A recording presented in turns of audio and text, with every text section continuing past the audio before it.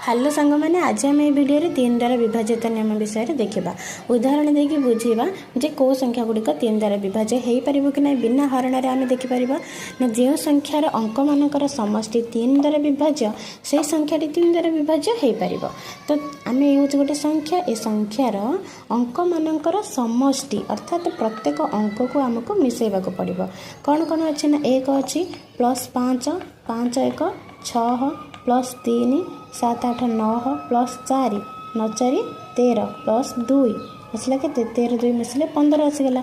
तो आम देखा पड़ो 15टा 3 द्वारा विभाज्य ना ना विभाज्य 15 को जब आम 3 रे डिवाइड करिया ताहले आसीज 5 तो 3 5 15 तो ये डिवाइड हो पारुचे ताहले ए बड़ संख्याटा मध्य 3 द्वारा विभाज्य हो पार।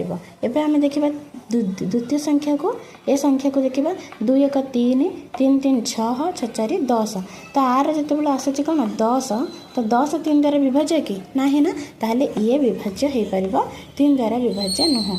आम देखा 3 नंबर संख्या को 3 अच्छी 0 सहित मिसेले तो सही 3 ही रही तो 3 द्वारा विभाज्य हो पार।